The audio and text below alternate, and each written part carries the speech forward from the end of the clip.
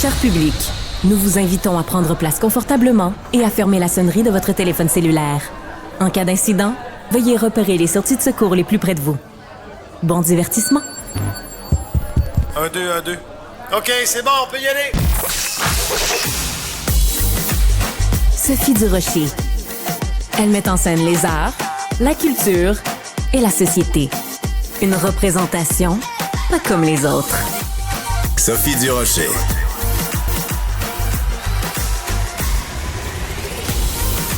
Bonjour tout le monde, j'espère que vous allez bien, que vous soyez ou pas fan de Céline Dion. Vous êtes bien sûr au courant qu'elle a la maladie, le syndrome de la personne raide, et vous êtes aussi au courant qu'elle est en ce moment au centre d'une attention médiatique. J'irais pas dire sans précédent, parce que Céline a toujours été au centre d'une attention médiatique, mais en ce moment, il y a la combinaison, la convergence de différents éléments. Hier soir, donc, le réseau NBC a diffusé une longue entrevue avec Céline Dion. On avait eu le droit à quelques extraits au cours des derniers jours, mais là, l'entrevue a été diffusée. De plus, Céline Dion fait la une du magazine People et il y a des extraits qui sont disponibles, donc on va aussi en parler. Il y a évidemment cette nouvelle qu'on a eue hier, comme quoi Jean-Philippe Dion a réalisé une entrevue avec Céline Dion à Las Vegas. Ça va être diffusé ce dimanche, donc le 16 juin à TVA.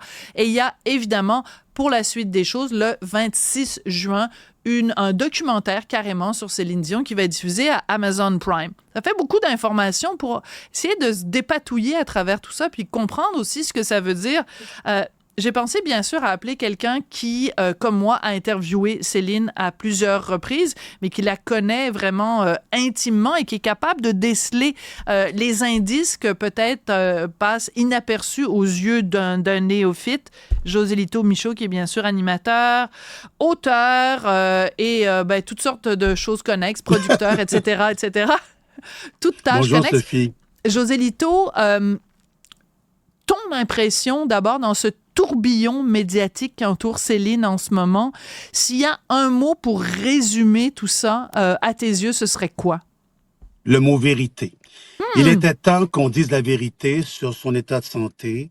On en a déjà parlé, toi et moi, à quelques reprises. On fabulait, tout le monde, on suivait les rumeurs, on faisait tout, mais on n'avait pas la vérité. Visiblement, hier, dans cette entrevue mémorable, j'ai rarement vu une entrevue aussi bouleversante de Céline.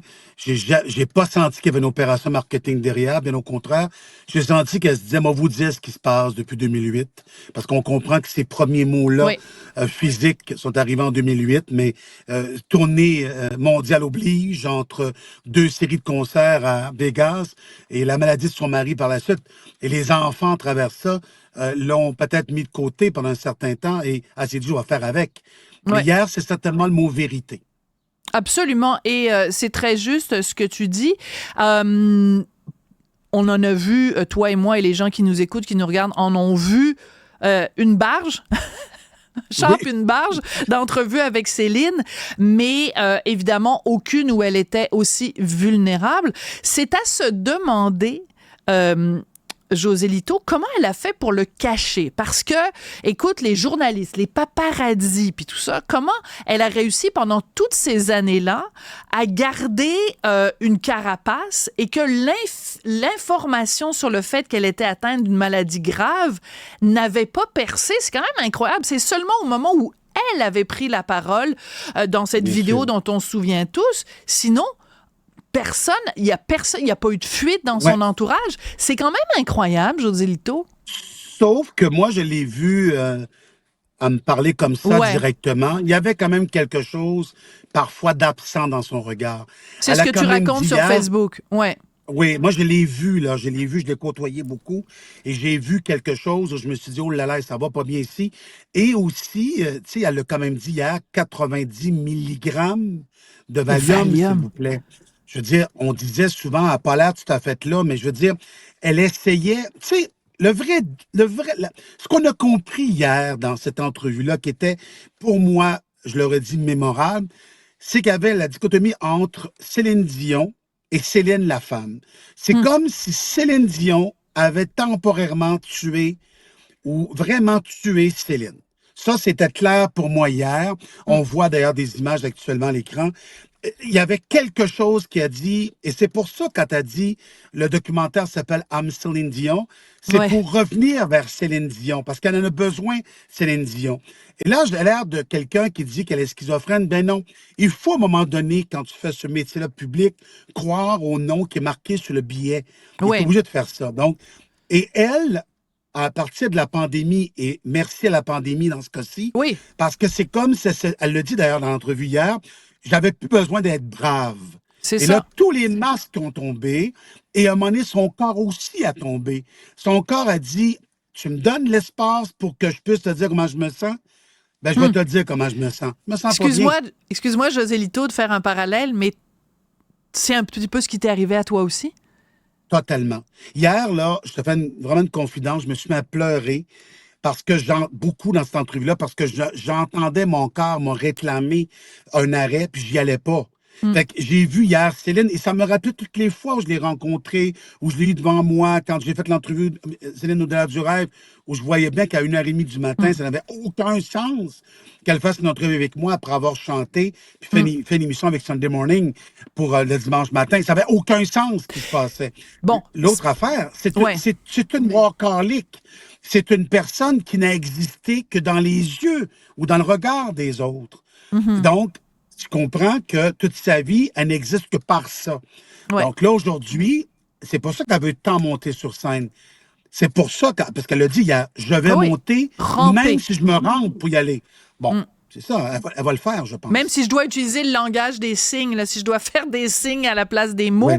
ce que je retiens quand même, c'est que un bourreau de travail, dans bourreau de travail, il y a le mot bourreau. Et Totalement. Et il faut pas minimiser ça. Ce que je retiens aussi, c'est que quand on fait le bilan de quelqu'un, ben tu sais, toi, tu as fait toute une série d'émissions sur le deuil, tu sais quelque chose Bien sûr. qu'on comprend. Moi, j'en ai vécu quelques-uns dans ma vie, mais quand on fait la liste des deuils de Céline, son père, sa mère, un de ses frères, son mari, Oui. et pendant ce temps-là, il y a la maladie qui se développe. Un être humain normalement constitué, Constitué, ben, un deuil à la fois, puis ça un deuil à la fois. Mais là, 4 deuils majeurs. On sait à quel point Et elle là, était près t'oublies- de son père, près de T'oublies sa mère, Georges près de son... Germain, Oui. son biographe et ami Oui. personnel. Francine Chaloux, attachée de presse, amie depuis 30 ans. Je veux Oui. dire, ça fait beaucoup de monde. C'est l'hécatombe. Pierre Lacroix, c'est Oui. l'hécatombe. Mais elle, là, c'est une fille très loyale. Mm. Quand René a dit, tu vas continuer pareil, elle ne s'est pas posé la question si elle a continué pareil. Elle a continué pareil. Donc, ça a fait en sorte qu'un jour, elle ne pouvait plus continuer. Mais OK. je vais te dire, Ouais.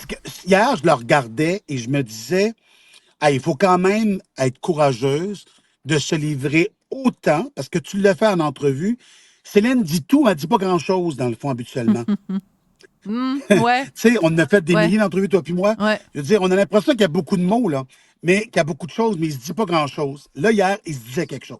Ouais, quand elle Hier- parle de ses enfants, moi, j'ai toujours remarqué avec Céline, elle peut des fois faire du blabla. Tu sais, on l'avait vu, te souviens-tu, la fameuse entrevue avec Denise Bombardier où elle perlait parce qu'elle était devant Denise. Mon Dieu, c'était péroré, on reconnaissait pas Céline. Donc, Non. Céline est capable des fois de jouer à être Céline Dion. Moi, j'ai toujours trouvé que là où elle était le plus sincère, le plus vrai, le plus authentique, pour reprendre tous les Totalement. clichés, c'est quand elle parle de ses enfants.